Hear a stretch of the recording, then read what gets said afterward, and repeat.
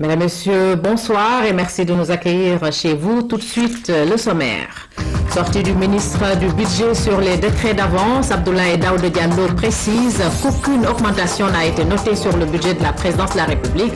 Il s'en expliquera dans un instant. En Égypte, le président Morsi vient d'être déposé. L'armée place à la tête du pays le président de la Cour suprême constitutionnelle. Il va diriger la transition politique en attendant la tenue d'élections anticipées.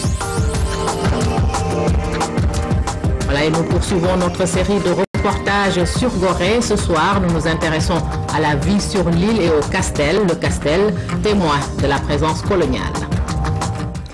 D'abord, les activités du chef de l'État, la compagnie aérienne française Corsair, spécialisée dans le long courrier international, injecte plus de 5,5 milliards de francs CFA par an dans l'économie sénégalaise. Révélation faite par le président directeur général du groupe qui salue le partenariat avec l'État du Sénégal. Pascal Izeguer a été reçu cet après-midi par le chef de l'État. Le président de la République a également reçu l'ambassadeur d'Allemagne à Dakar qui est en fin de mission. Nous les écoutons au micro de Pape Béram Biguendiaï. Bon, je ne vais pas prononcer le mot Taranga, mais ça c'est exactement ce qui signifie le Sénégal pour tous les visiteurs et les émissaires et les diplomates de l'extérieur. J'ai fait 4 années dans le pays et je crois que c'était également dans une période aussi très importante pour le pays, le processus d'une démocratie très vivante.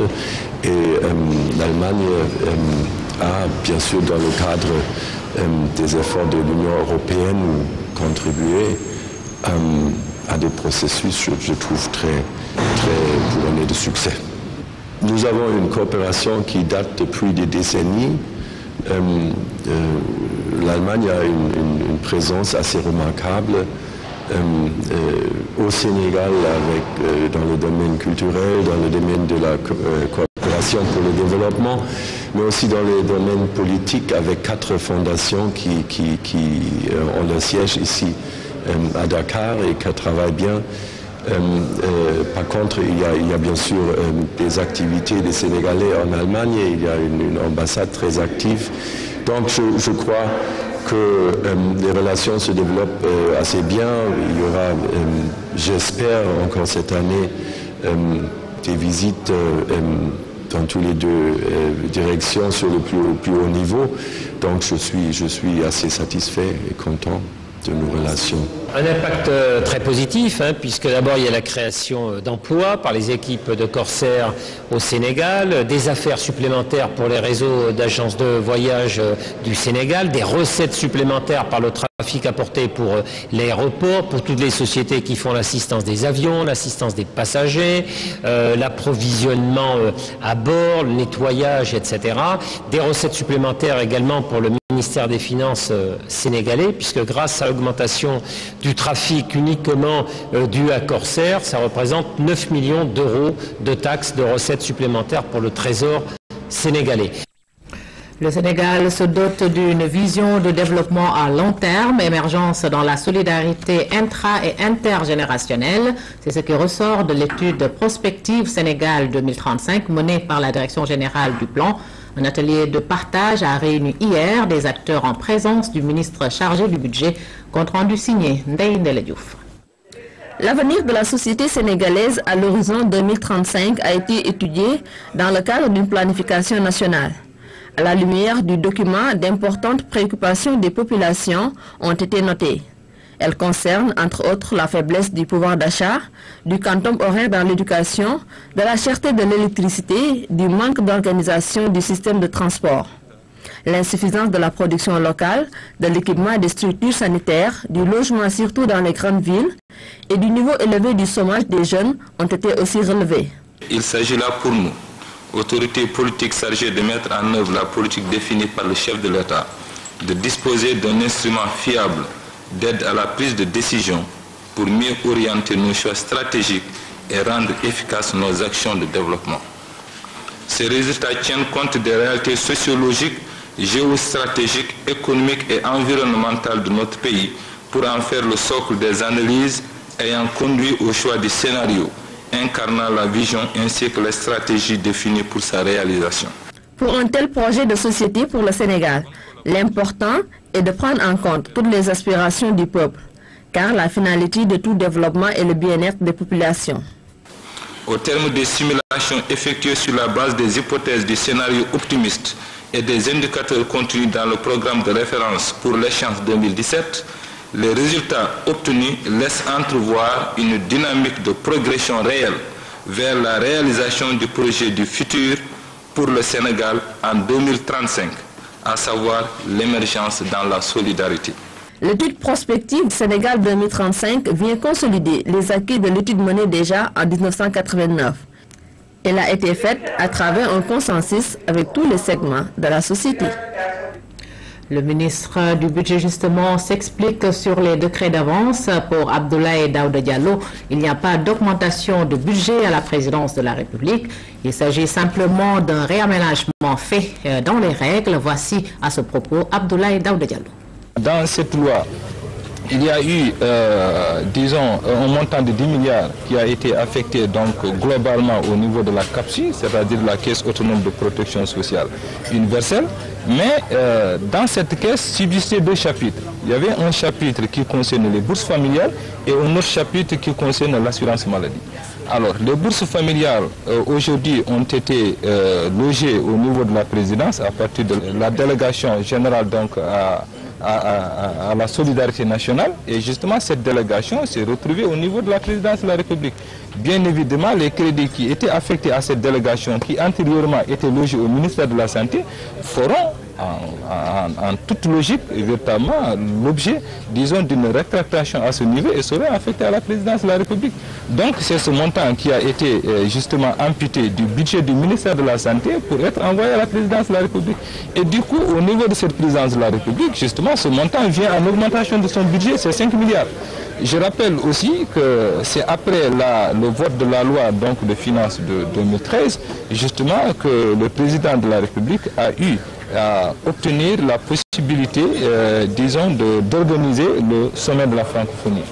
Vous savez, c'est un sommet suffisamment important pour nous, en ce sens d'abord que c'est notre compatriote, le président Abdou Diouf, qui en est le secrétaire général. Donc, il n'y a pas de raison, justement, qu'on soit en retard dans les délais de réalisation, justement, des projets qui sont relatifs à l'organisation de ce sommet-là. Voilà, beaucoup l'ignorent peut-être, mais ceux qui ont le permis d'occuper peuvent désormais bénéficier d'un titre foncier. L'opération de transformation est gratuite. Les impôts et domaines ont tenu ce matin une conférence sur la propriété foncière pour sensibiliser les détenteurs de permis d'occuper. C'était dans le cadre des journées nationales des impôts et domaines. Hamidou Diop. Dans le nouveau Code général des impôts, l'État du Sénégal propose aux détenteurs du permis d'occuper et titres similaires des titres fonciers. Après les tentatives de 1976 et de 1987, les impôts et domaines veulent cette fois-ci donner l'occasion aux propriétaires à revenus faibles d'avoir un document certifié et reconnu. C'est un peu pour corriger une situation assez délicate. Parce que sous l'ère coloniale, nous avons connu le titre foncier et à côté, pratiquement tous nos parents qui étaient de revenus modestes ont bénéficié de titres d'occupation qui ne permettaient pratiquement rien d'autre que l'usage. Seulement, même si l'opération de transformation est gratuite, il y a des clauses à respecter. Le propriétaire qui bénéficie de ces nouvelles lois pour avoir un titre foncier ne pourra vendre son terrain que s'il respecte certaines conditions. On ne vous interdit pas de vendre, vous vendez quand vous voulez. Vous avez le titre aujourd'hui, vous pouvez le vendre aujourd'hui. Mais quand vous vendez, l'État rappelle les droits qui avaient été éludés, notamment les droits d'enregistrement et les frais de formalité foncière. Actuellement, seuls 15% du domaine national sont immatriculés. Avec cette réforme, les habitants de la Médina, de la banlieue et même de Saly qui disposent en majorité de permis d'occuper vont consolider leur patrimoine. Démarrage de la rencontre de Dakar pour le suivi des recommandations d'Abuja sur la santé maternelle et infantile. Les acquis sont enregistrés, mais il faut renforcer la sécurité des produits d'importance vitale pour la mère et l'enfant. Les autorités sanitaires souhaitent une plus grande implication des donateurs. C'est un élément de Alun Badarakan. Couche très vulnérable, la santé des mères et des enfants préoccupe les autorités sanitaires du monde. Depuis la rencontre d'Abuja, la sécurisation des produits d'importance vitale pour la mère et l'enfant devient prioritaire. À Dakar, des acquis sont notés, mais il faut accélérer le rythme. Différentes sources de financement sont un peu fragmentées et donc on essaye au niveau global de harmoniser ça pour mieux pouvoir répondre aux besoins et aux manques des pays. L'autre chose, c'est que bien sûr, il faut que les pays aussi fassent plus et mettent plus de ressources dans leurs propres ressources domestiques envers ces plans. Le concours des bailleurs serait souhaitable. En Afrique subsaharienne, les budgets alloués à la santé sont faibles. Difficile de respecter les recommandations d'Abuja, mais des États comme le Sénégal essaient de maintenir le cap. Notre responsabilité est d'autant plus grande que nous concevons globalement la sécurisation comme étant un ensemble d'interventions dont l'objectif est d'assurer la disponibilité et l'accessibilité des produits ciblés au sein d'un système performant, garant d'une offre de qualité pour répondre de façon pérenne et efficiente à la demande des bénéficiaires des prestations. Au niveau mondial, une stratégie pour la santé de la femme et de l'enfant est initiée par l'ONU. Il s'agit d'atteindre dans les meilleurs délais les OMD qui concernent la mortalité infantile et la santé maternelle. Relance des grands projets de l'OMVG, les pays membres veulent ensemble réaliser d'importantes centrales électriques pour améliorer l'approvisionnement des pays de l'organisation. En réunion à Dakar, le Conseil des ministres va se pencher sur le choix de l'entreprise qui aura en charge la réalisation de ce chantier à Bibumbaï. Les pays membres de l'OMVG veulent engager les grands chantiers de l'organisation pour la mise en valeur du fleuve Gambie. En session extraordinaire à Dakar, la décision est prise de réaliser l'aménagement hydroélectrique de Sambangalou et le réseau d'interconnexion des pays membres. Cette session doit examiner un certain nombre de dossiers, notamment le dossier de Sambangalou, qui est une centrale hydroélectrique de 128 MW. Qui va donc être un dispositif important dans la production d'énergie de la sous-région au niveau de l'OMVG. L'énergie hydroélectrique est une énergie très intéressante pour nous parce qu'étant l'énergie la moins chère à l'heure actuelle. Pour exemple, le kilowattheure hydroélectrique est de l'ordre de 30 francs. Cette rencontre sera l'occasion de se pencher sur l'entreprise qui sera retenue pour la réalisation de cet important ouvrage, mais aussi de la centrale de Kaleta, dont les autorités guinéennes sont dans de bonnes dispositions après l'avoir retirée du portefeuille de l'OMVG. Notre organisation est d'abord une organisation d'intégration, de coopération sous-régionale. Alors nous pensons que les problèmes des uns doivent être les problèmes des autres. Nous avons donc cédé 30% du productible de l'aménagement de Kaleta aux autres pays membres pour toujours manifester notre volonté de rester dans le cadre sous-régional. Nous avons estimé que c'était encore peu, mais que nous avons droit à 20% dans le cadre de l'aménagement hydroélectrique de Sambangalou. Et nous remercions vivement la République de Guinée pour la décision prise de renoncer de ces 20% de Sambangalou au profit des autres États membres. Ainsi, cette 7e session extraordinaire du Conseil des ministres des pays membres de l'OMVG est une belle occasion de remettre sur la bonne voie la structure pour consolider l'intégration des pays membres. À Bibumbaï, le ministre de l'Éducation nationale a présidé un comité régional spécial à Ziguinchor. Au cours de cette rencontre, des enseignants ont été décorés pour services rendus à la nation. Serine Baïtiam a aussi annoncé la construction des écoles situées le long de la frontière Massambatian. Deux enseignants émérites décorés en marge du comité régional de développement spécial sur l'éducation tenu à Ziguinchor Par ce geste, l'État magnifie l'engagement de ses missionnaires et soldats de l'école sénégalaise. Le métier d'enseignant, c'est un sacerdoce. Il faut beaucoup de sacrifices, beaucoup de dons de soi-même. Donc vraiment, je les exhorte, surtout la jeune génération, je l'exhorte vraiment à persévérer. Je voudrais, à travers ma décoration, demander à mes collègues de revoir encore leur stratégie, de penser à l'avenir des enfants, de penser à la position du Sénégal dans les années à venir. Grâce à leur engagement et à la mobilisation de tous les acteurs et partenaires de l'école, l'Académie de Ziguinchor a fait un bond extraordinaire en matière d'accès. Le CRD a montré effectivement que l'essentiel des indicateurs sont ouverts parce qu'au-dessus de la moyenne nationale, et pour certains d'entre eux, même la région est en avance sur les projections du Sénégal. Dans la région de Ziguinchor, les autorités s'engagent à construire des écoles situées dans les zones frontalières.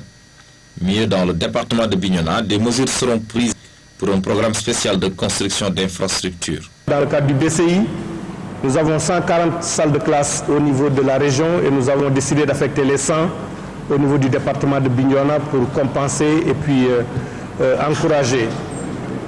Et de notre côté, nous avons décidé d'exécuter les projets à partir d'un budget consolidé d'investissement décentralisé au niveau des collectivités locales et aussi d'avoir l'appui de l'Agence régionale de développement dans l'exécution des projets qui nous permettront d'avoir des entreprises qui connaissent le terrain. Pendant son séjour à Ziguinchor, le ministre Serigne Mbaye Thiam et sa délégation ont visité des structures et des établissements scolaires pour constater les conditions de travail des enseignants et des élèves. L'examen du baccalauréat se poursuit sur l'ensemble du territoire national. En attendant la fin des épreuves, arrêtons-nous aujourd'hui sur le processus de distribution et la correction des copies. Au lycée Thiardo Seydou Tall, le président du jury numéro 812 est revenu sur les différentes étapes qui précèdent la délibération, à savoir le profil des correcteurs, le nombre de copies attribuées à chacun d'eux, le délai de correction qui leur est imparti. La préparation des copies du bac, c'est un reportage signé Louise Bitza. La préoccupation de ce candidat est certes de remettre sa copie à temps, mais c'est justement au moment de rendre que le stress envahit l'esprit de chacun. On a des appréhensions sur la note qu'on va obtenir quand on sait que la copie se trouve entre les mains d'un inconnu autre que son professeur, qui sont donc les correcteurs du bac. Pour en avoir le cœur net, les portes du lycée d'application Thiardo Seydou Tall se sont ouvertes à nous. Les correcteurs, ils sont au nombre de 16. Et les critères sont souvent proposés par l'office du bac. On préfère choisir les professeurs chevronnés, au moins ceux qui ont quelques années d'expérience en classe de terminale. Donc c'est le seul profil, à part qu'il faut également être titulaire d'un diplôme délivré ici à l'école normale. Quand ils viennent, ils se présentent d'abord et il y a une liste qui comporte tous les correcteurs. Après, je regarde sa convocation et les autres pièces qui doivent aller avec. Si on a 2 correcteurs par exemple, on divise le nombre de copies, on divise par 2. Et chacun aura un nombre égal de copies. Voilà. Et maintenant, les copies sont données après avoir fait les anonymats et il y aura un bordereau aussi qu'on va remettre aussi aux correcteurs. Quand ils termineront, ils mettront les notes. Le jury 818 enregistre 368 candidats, dont 24 absents. 112 heures, c'est le délai de rigueur accordé aux correcteurs. Étant entendu que la correction des copies ne se fait pas sur place, le correcteur a l'obligation de remplir des formalités avant d'emporter ses copies. Tout doit se passer normalement. L'essentiel du travail se fait à la maison et je compte prendre les bonnes dispositions pour réaliser ce travail-là une fois chez moi. Nous sommes actuellement à 500 francs par copie. Les présidents du jury misent sur la bonne foi des uns et des autres. La plupart des correcteurs s'entourent d'un maximum de précautions pour détourner l'attention des gens mal intentionnés. Monsieur Damfaras se fait accompagner par sa petite-fille pour contourner les obstacles. Le choix personnel consiste maintenant à choisir le bon moyen de transport. En ce qui me concerne, je sors de l'établissement, j'arrête mon taxi et je rentre chez moi. Toutes les copies sont sous le couvert de l'anonymat. Pour éviter les confusions au niveau de la numérotation des copies, l'office du bac a convié tous les présidents du jury à un séminaire de formation. Avant de remettre les copies, je vais prendre les anonymats et les mettre pour chaque candidat, je mets l'anonymat qui correspond à son nom, à son numéro, etc., son numéro d'ordre. Et je mets ça 2 fois. C'est-à-dire, quand tu mets l'anonymat, tu mets 2 fois, en haut et en bas, pour préparer l'anonymat, lever l'anonymat. Donc tout ce processus-là, c'est inclus dans le logiciel. Les présidents du jury gardent un droit de regard sur le travail des correcteurs. À ce titre, une courbe de notes est adressée à ces derniers pour connaître le profil des notes attribuées par chacun d'entre eux. Le marché sénégalais sera correctement approvisionné en oignons et à bon prix pendant le ramadan. Tels sont les engagements pris par les producteurs d'oignons de Potou devant le ministre en charge du commerce. Alioune Sarr vient d'effectuer une visite de terrain dans cette zone de production du littoral nord. Reportage Alassane Diédiou. En effectuant une visite de terrain à Potou, principal pôle de production des Niayes, et en se rendant dans les champs de culture de l'oignon, il s'agit pour le ministre en charge du commerce de s'imprégner d'une part de la situation des producteurs, mais aussi d'autre part de s'assurer du niveau réel de l'offre de l'oignon destiné au marché local à quelques jours du début du mois du Ramadan. Nous avons constaté avec beaucoup de satisfaction que la production locale, qui actuellement est celle disponible sur le marché, présente vraiment une grande assurance pour l'approvisionnement correct du marché dans les prochains jours, les prochaines semaines. Je me réjouis également du fait que le système de régulation mis en place par le gouvernement également fonctionne. Ça a permis aujourd'hui aux producteurs de vendre correctement leurs produits. Mais de l'autre côté, nous avons une tendance à la spéculation, sur laquelle naturellement, cette tendance-là, il faut lutter contre pour éviter qu'il y ait une trop grande inflation sur les prix de l'oignon.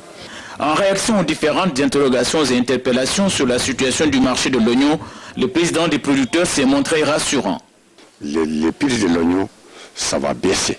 Ça, c'est nous qui assurons ça. Depuis 2010, on a rentré le mois de Ramadan, il n'y a aucun problème. 2011, il n'y a pas de problème. 2012, il n'y a pas de problème. Inch'Allah, 2013 aussi, il n'y a pas de problème. Au cours de cette visite, le ministre en charge du commerce a longuement échangé avec les producteurs sur la situation de la filière et les moyens préconisés pour résoudre de façon structurelle les différents obstacles. J'ai dit tout à l'heure aux producteurs que nous avons justement échangé avec eux sur les autres pistes de commercialisation de l'oignon. Ne pas se contenter seulement sur le marché local, mais également la sous-région. Nous avons également échangé avec eux sur le volet valeur ajoutée sur l'oignon, la transformation de l'oignon. Rappelons que la production de l'oignon local a atteint cette année le niveau record de près de 250 000 tonnes, mais sa commercialisation se heurte au problème de la non-maîtrise des techniques de conservation et de transformation. Voilà, nous allons parler de la campagne agricole et pour cela, nous recevons sur ce plateau le directeur de l'agriculture, M. Mamadou Diallo. Bonsoir. Bonsoir, Maïmouna. Voilà, campagne agricole 2013. Beaucoup d'efforts en termes budgétaires, M. Diallo, ont été consentis par l'État du Sénégal pour l'achat de semences et autres engrais, mais apparemment le bas blesse quelque part. Merci, Maïmouna. Bonsoir à tous les spectateurs. Comme vous venez de dire, pour cette présente campagne, il y a beaucoup d'efforts qui ont été consentis par l'État pour aider les producteurs sénégalais à obtenir les semences, les engrais qu'il faut.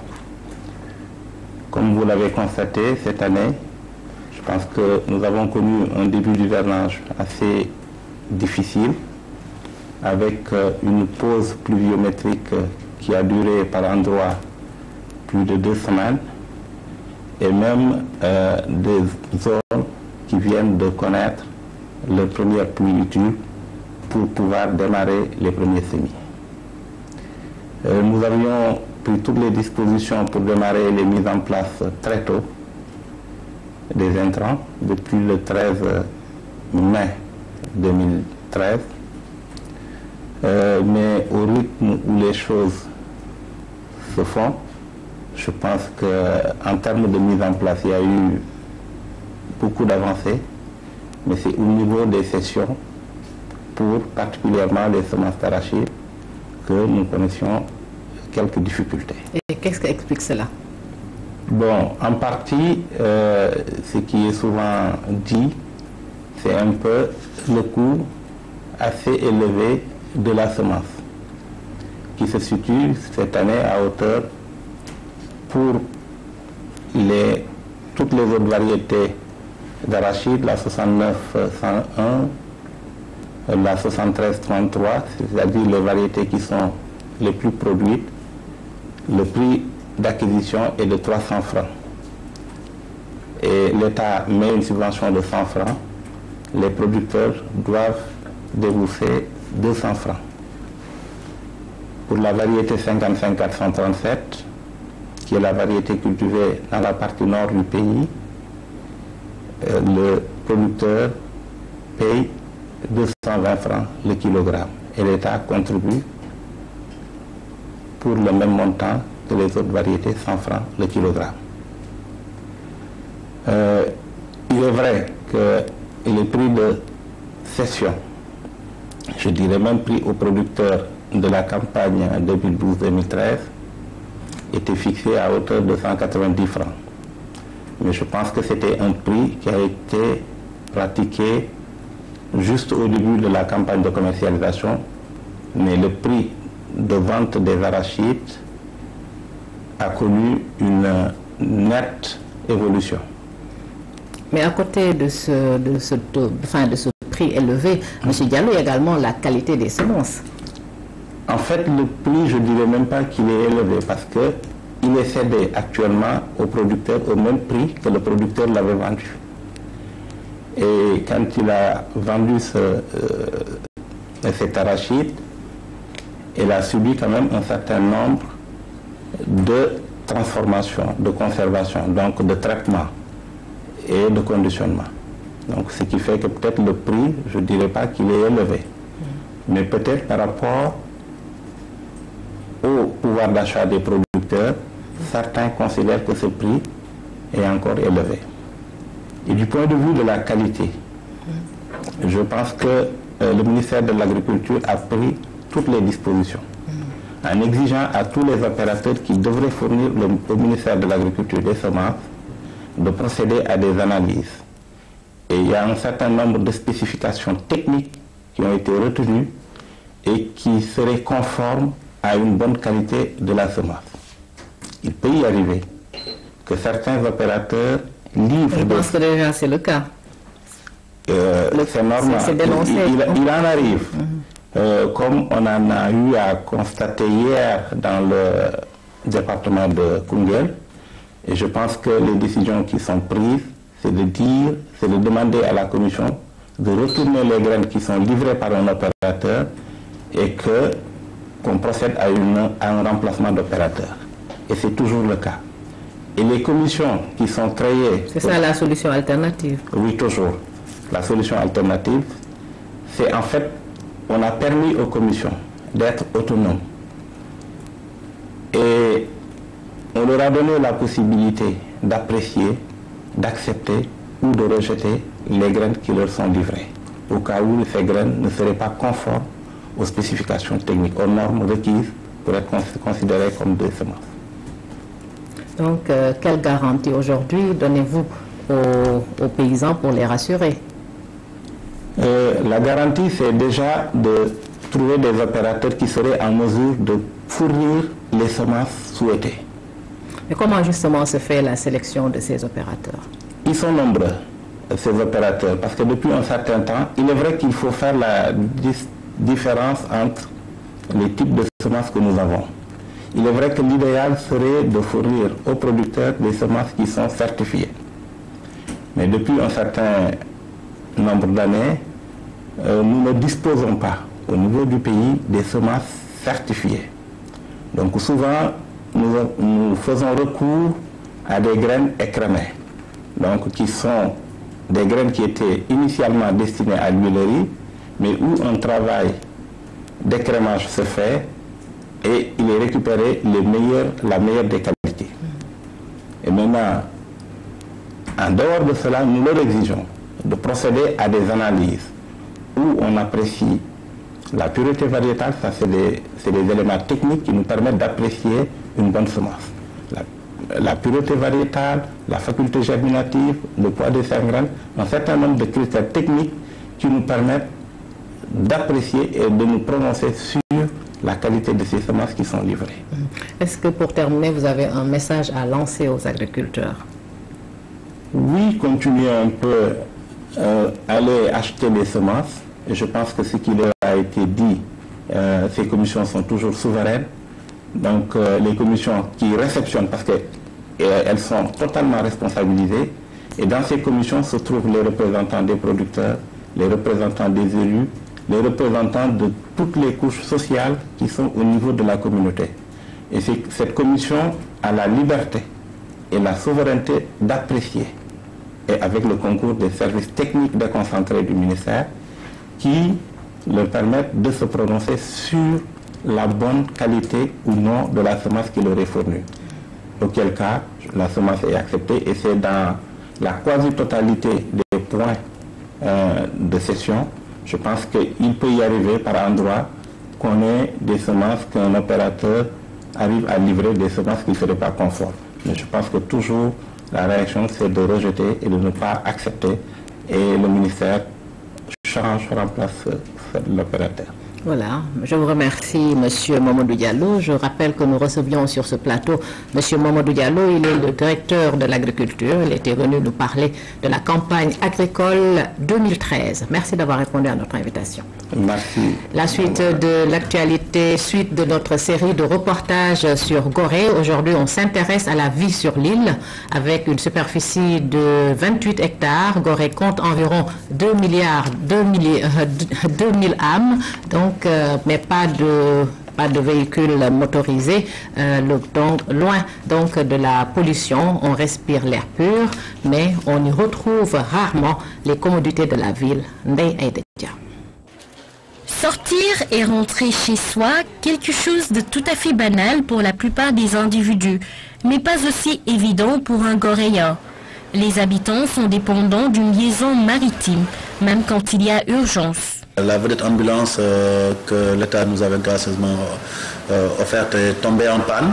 Malheureusement, c'était une vedette ambulance qui n'était pas adaptée à la mer. C'est une vedette qui était censée fonctionner marcher sur de l'eau douce. Que dire alors de ces femmes qui attendent longtemps la chaloupe au retour du marché à Dakar?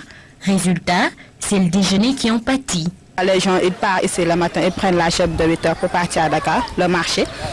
Et pour revenir, ils sont obligés d'attendre la chaloupe de 11 heures. Ce repas peut revenir plus cher qu'ailleurs.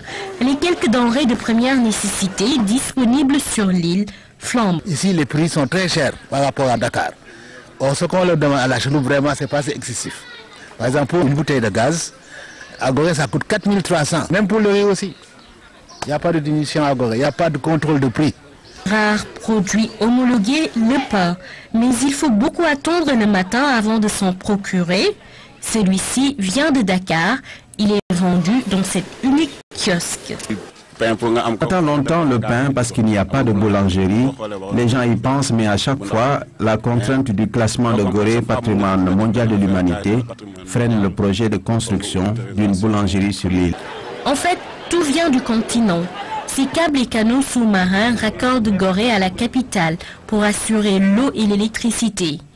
Tout aussi nécessaire, un cimetière, Gorée est trop petite pour en abriter. Des difficultés inhérentes à la vie sur une île, il y en a. Il ne faut en aucun cas rater la dernière chaloupe de 23 heures.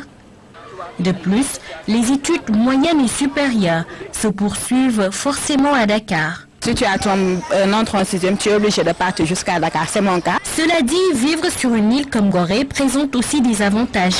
La proximité, la sécurité, l'esprit sportif, les espaces verts et l'excellente cohabitation ethnique et religieuse. Chrétiens et musulmans se retrouvent sur cette place publique très souvent. Une très belle cohabitation entre chrétiens et musulmans. Le maire de Gorée partage avec nous la prière de la Tabaski. De même, à l'occasion de leur fête, je participe et je prends même la parole en compagnie du cardinal. Enfin, à Gorée, le mode de vie est bien singulier. Les activités démarrent réellement à partir de 10 heures. Loin de la pollution automobile, on respire l'air pur. Les baignades sont prisées en été, mais pendant la saison froide, les Goréens peuvent sentir plus que les autres la baisse du thermomètre. Nous restons à Gorée pour parler du Castel. C'est un des quartiers les plus célèbres de l'île. Le Castel est un témoin de la présence coloniale. Il garde des symboles qui attirent les visiteurs et fait l'affaire de beaucoup d'historiens de circonstances. Aramdao. Le Castel, c'est ce qu'il y a de plus haut à Gorée. 36 mètres d'altitude. C'est ici que s'offrent les plus belles vues panoramiques de l'île. Aujourd'hui un quartier, il était à l'époque coloniale un château fortifié. Sa position stratégique faisait de lui l'endroit idéal pour surveiller ses arrières. Le Castel était occupé par l'armée française. C'était une ancienne batterie, Castel. Alors, il y avait l'armée de terre, le 6e RAC, qui occupait ce côté-là, ce camp-là. La maison du vieux Faudé est à la porte du Castel. Pour atteindre le point culminant du quartier, pas d'escalier ni d'ascenseur. Il faut serpenter à travers des ruelles ascendantes. Arrivé, ce sont ces imposants canaux qui capteront votre attention. Ils ont été fondés en ruelle, près d'Angoulême. C'est le plus grand fonderie de France. Amené ici par pied détaché en 1938. Oui, 240 mm de diamètre, 14 km de portée. Avec une rotation parfaite de 360 degrés tour. Toute la canalisation d'air est en bas pour le refroidissement. Ils ont coupé à l'aide d'un chalumeau avant de repartir. Donc pour qu'on ne puisse pas utiliser le canot.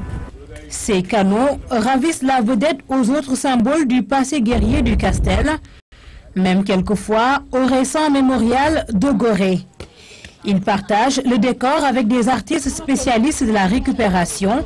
Ils sont plus enclins à parler de l'arme que de leur propre métier.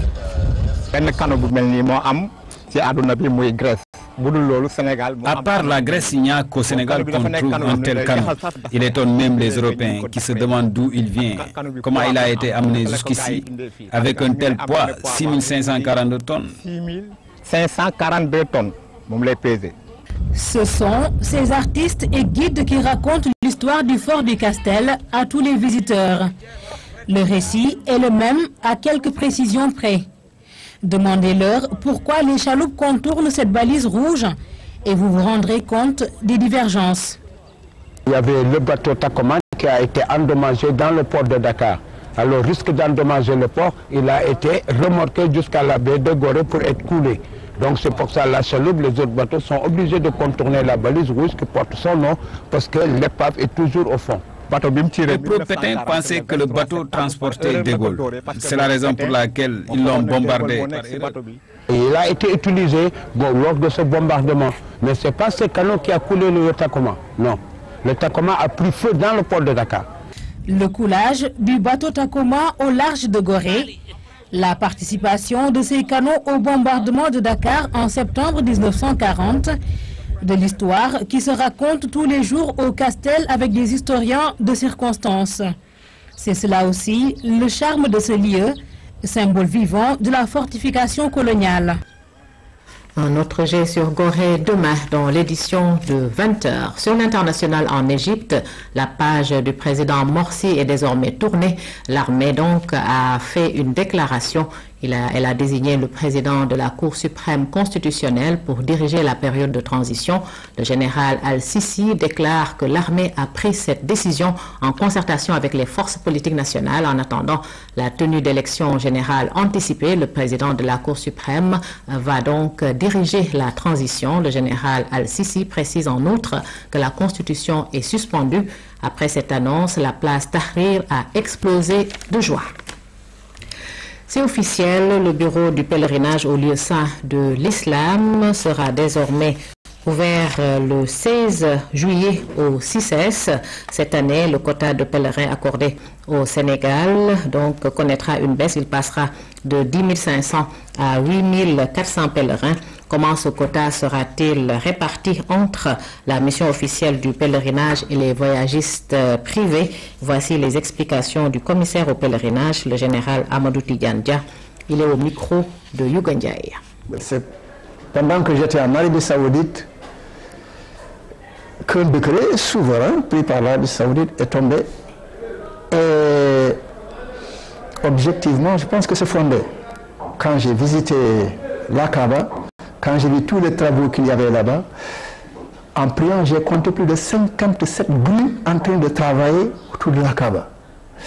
Donc je me dis que cette année, avec la température 52 degrés à l'ombre, avec ces travaux, avec la poussière, si les dispositions ne sont pas prises, ça va être une très rude épreuve. Donc je suis rentré et le décret est tombé. Réduction de la population, purement et simplement. De réduction des pèlerins pour tous les pays. Pour les pays arabes, 50% de réduction du quota. Pour les pays non arabes, 20%. Ce qui fait que nous, au Sénégal, nous passons de 10 500 à 8 400. Et j'ai appliqué le même taux en définitive au privé et à la commission. Ce qui fait que je me retrouve maintenant avec 2400 pèlerins. 2400 pèlerins, dès que les bureaux sont ouverts, normalement, si ceux qui veulent faire le pèlerinage ne viennent pas, ils risquent de ne pas avoir de place. La date d'ouverture retenue, c'est le 15 juillet, à 8 heures. Les bureaux de vente seront installés au CICES. Pourquoi le CICES? Mais parce que l'année dernière, on s'est installé là-bas et d'après les résultats, il paraît que ça s'est très bien passé. Le commissaire général au pèlerinage au micro de Yugendiaï. L'application du visa biométrique à certains pays ne relève pas d'un acte de réciprocité, mais bien d'un souci de modernité et de facilitation pour les étrangers qui désirent séjourner au Sénégal. Le commissaire Ibrahima Diallo est l'invité du magazine Le Point ce soir, extrait de l'entretien. Il y a d'abord un souci de modernisation en utilisant l'informatique, ce qui est déjà donc, disons, quelque chose qui entre dans l'air du temps. Ensuite, il y a un souci de facilitation par rapport aux voyageurs qui veulent aller au Sénégal. Parce que le Sénégal n'a pas des ambassades et des consulats partout. Donc, ceux qui sont loin des ambassades et des consulats vont utiliser une innovation majeure qui est constituée par ce site visasénégal.sn qui permet à un voyageur, à partir de son salon, de faire sa demande de visa d'entrée au Sénégal et puis de recevoir tout de suite sur sa machine une réponse sous forme d'un formulaire de prévisa. Et à partir de ce moment, ce voyageur a le choix d'aller dans un consulat, une ambassade, si cela lui est facile, ou de venir directement à l'aéroport de Yoff pour se faire délivrer son visa. C'est une rupture dans le processus. Absolument, c'est une rupture, une innovation et on peut dire un pas de géant dans la facilitation qui est offerte donc aux voyageurs en destination. Voilà, vous pouvez suivre l'intégralité de l'émission à la fin de ce journal. Juin 2015, c'est la date butoir pour l'entrée dans l'ère du numérique. Les experts de l'audiovisuel africain réunis à Dakar ont appelé les autorités étatiques à s'impliquer davantage dans cette mutation impérative. Mama Moussagna.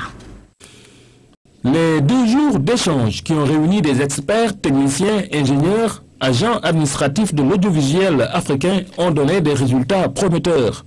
Entre autres recommandations, les séminaristes ont retenu le renforcement de l'intégration régionale et sous-régionale à travers des accords de diffusion de chaînes publiques, le développement du marché sous-régional, voire sous-régional par des coproductions et échanges de programmes.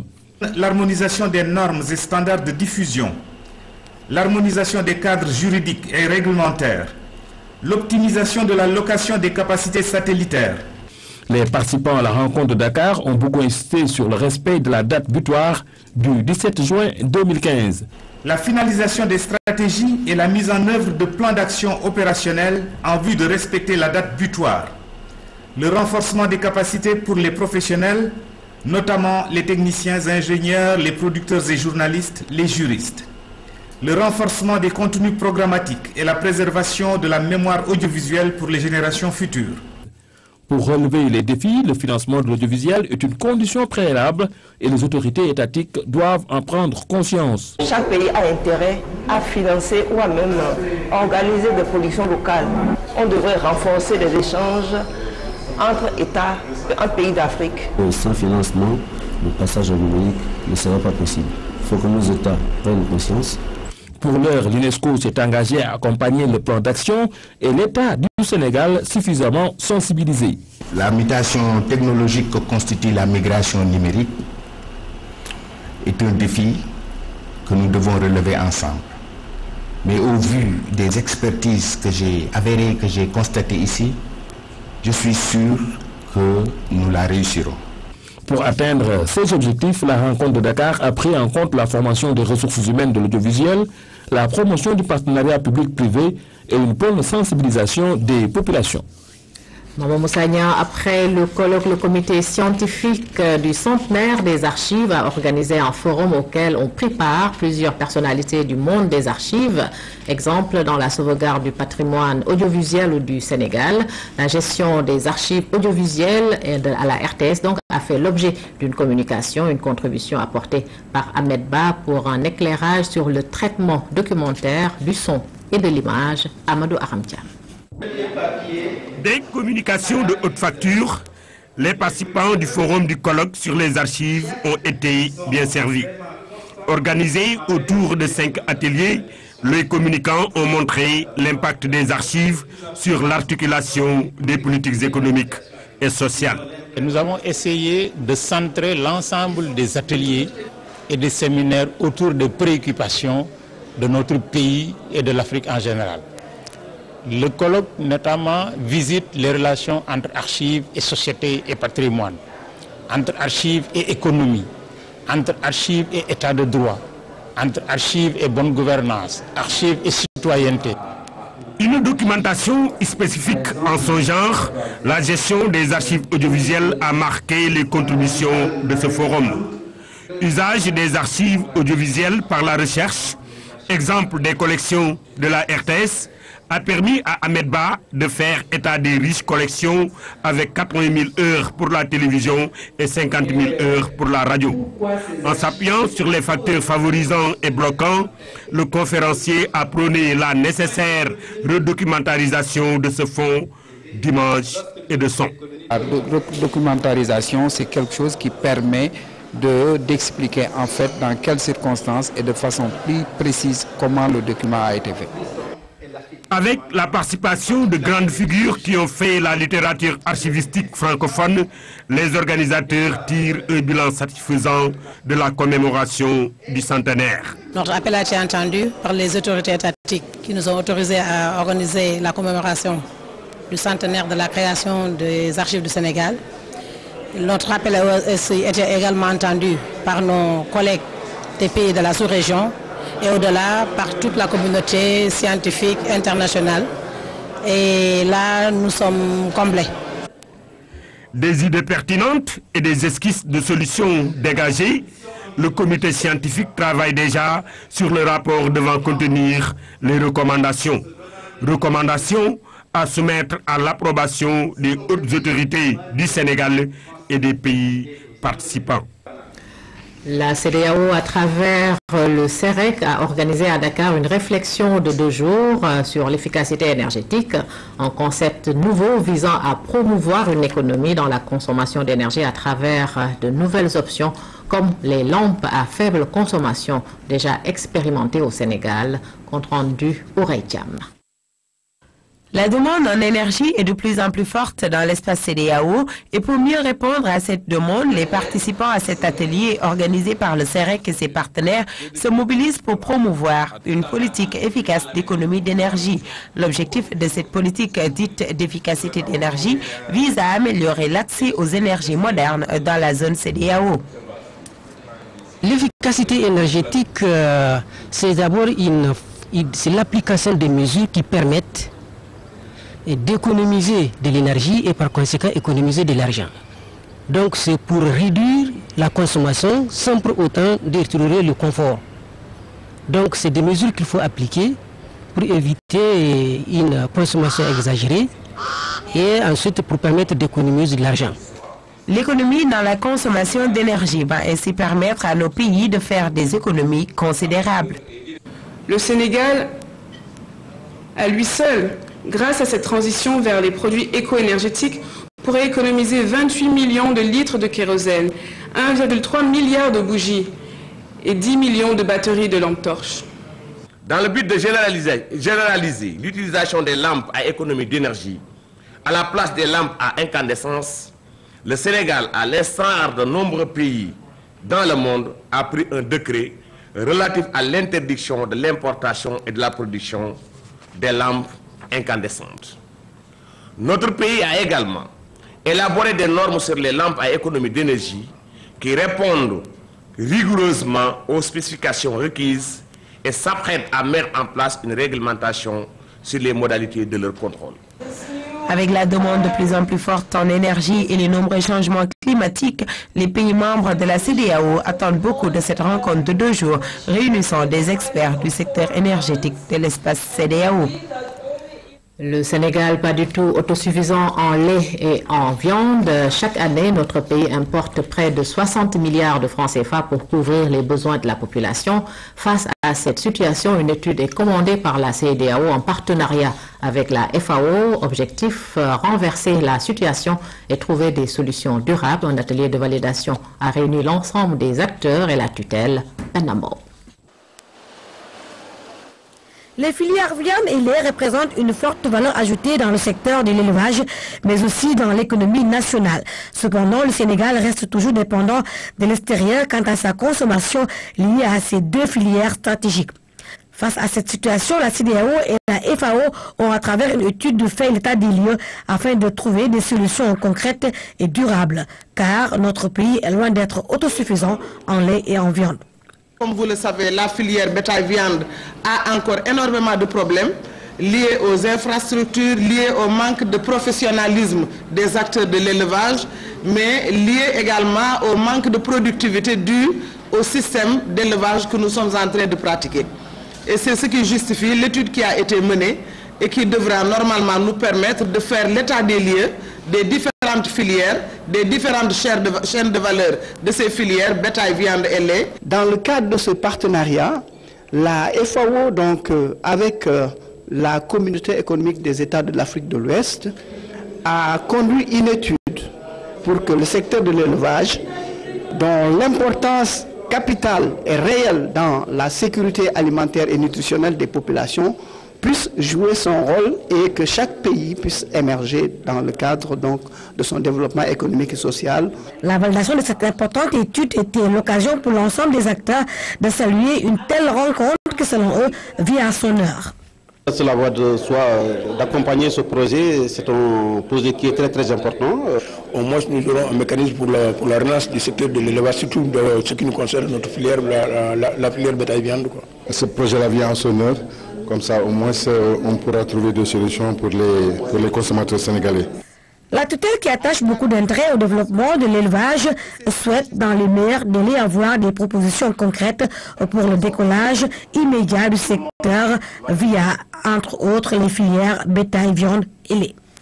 Les organisateurs du phare 2013 ont fait face à la presse ce matin. Il s'agissait de montrer le vrai rôle du phare, le festival au Royaume des enfants. La cérémonie entend le cadre de la préparation de la 6e édition, lancée depuis 2007 à Aïssatou Diop Tall. Le festival au Royaume des enfants milite en faveur des droits et devoirs de l'enfant. Il a pour rôle de promouvoir les valeurs culturelles africaines et citoyennes. Le phare n'est pas que divertissement, car pour y participer, il faut remplir certains critères. Les enfants qui aspirent aujourd'hui au trône du roi et de la reine du royaume des enfants sont choisis parmi les meilleurs enfants, les meilleurs élèves de leurs écoles, de leur académie. Au niveau du Sénégal, la sélection a été assurée par le ministère de l'Éducation nationale, comme chaque année d'ailleurs. Donc à travers les inspections d'académie et les IDEN, la sélection a été faite. Donc c'est des concours qui ont été organisés pour après prendre le meilleur garçon ou la meilleure fille. Ces enfants venus des 14 régions du Sénégal et de 4 pays de la sous-région sont au nombre de 18. 10 d'entre eux vont être éliminés avant samedi, mais ces candidats sont tous confiants. On bosse beaucoup pour ne pas s'éliminer trop. Nous apprenons nos plaidoyers par cœur, nos incarnations et aussi nos poèmes dédiés à maman ou à papa. Oui, je suis très confiant. Pourquoi? Parce que je suis bien traitée, je m'amuse, mais aussi j'ai le soutien de mes parents, de ma famille aussi. Je dis aux enfants que ce festival est une bonne initiative dont on peut réaliser notre rêve. Lors de cette rencontre avec la presse, les encadreurs ont salué l'initiative à leur manière. Angélique, vous êtes aménagement, c'est-à-dire un travail sous l'ombre. Tu es là. Permettez-le, après-moi, vous êtes amélioration, c'est-à-dire de phare. La cérémonie d'intronisation du roi et de la reine de la 6e édition du Festival au Royaume des Enfants va avoir lieu le 7 juillet. Entre-temps, un atelier sur le thème télévision jeunesse, quel contenu pour nos enfants sera organisé.